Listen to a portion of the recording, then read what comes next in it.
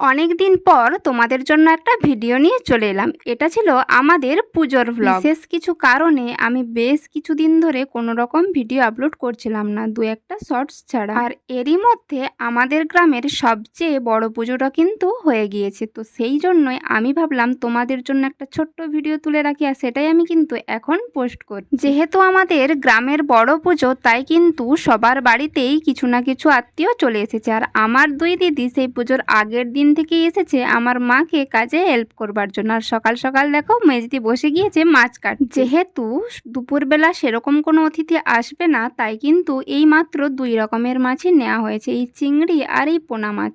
তারপর আমি গিয়ে দেখলাম আমাদের মন্দিরটা কিন্তু খুব সুন্দরভাবে সাজানো হয়ে গেছে। হ্যাঁ, রকমারি ফুল দিয়ে হয়তো সাজানো হয়নি, কিন্তু নিয়ম অনুযায়ী ওই কলা পাতা আর আমের পল্লব দিয়েই কিন্তু পুরো মন্দিরটা সাজানো। দিদি মাছ কেটে আসার পর আমি আর দিদি দুজনে মিলে বসে গিয়েছিলাম সবজি কাটার জন্য। তো আমরা দুজনে সেটা কমপ্লিট করে নেওয়ার পর আমার দিদি কিন্তু রান্নার জন্য আরও বেশ কিছু কাজ, মানে ওই কাটাকাটি যেটুকু বাকি ছিল ওটাই ও করে নিচ্ছিল। এরই মধ্যে আমি কিন্তু স্নান সেরে একদম রেডি হয়ে গেছি পুজোর জন্য।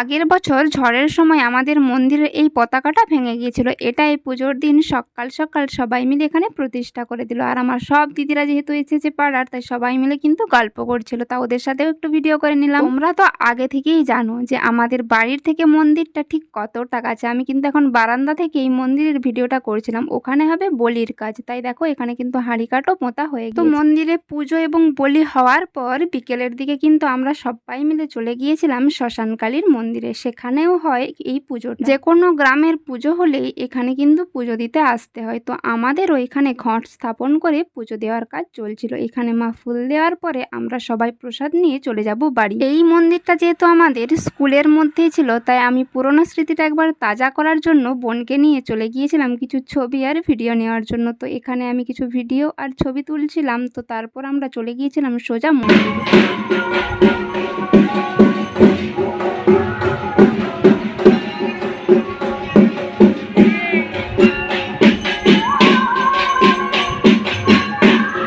আজ হলেই তো পুজোটা শেষ, সেই মন খারাপ সাথে এই স্কুলের পুরনো স্মৃতি সব মিলেমিশে যেন একাকার হয়ে যাচ্ছিল। তখনও আমরা পৌঁছয়নি মন্দিরে, এরই মধ্যে কিন্তু ঠাকুর একবার ফুলও দিয়ে দিয়েছে। তো আমরা তাড়াতাড়ি করে চলে গিয়েছিলাম আবারও মন্দিরে মায়ের পুজো দেখার জন্য। তো আমরা পৌঁছে দেখি তখনও পুজো শেষ হয়নি। তো আমরা গিয়ে বেশ কিছুক্ষণ দাঁড়িয়ে পুজোটা উপভোগ করছিলাম। আমরা জানি তোমরাও হয়তো এই পুজোটা দেখার জন্য আগ্রহী, তো চলো তোমাদের সাথে একটু শেয়ার করি কিভাবে পুজোটা হলো।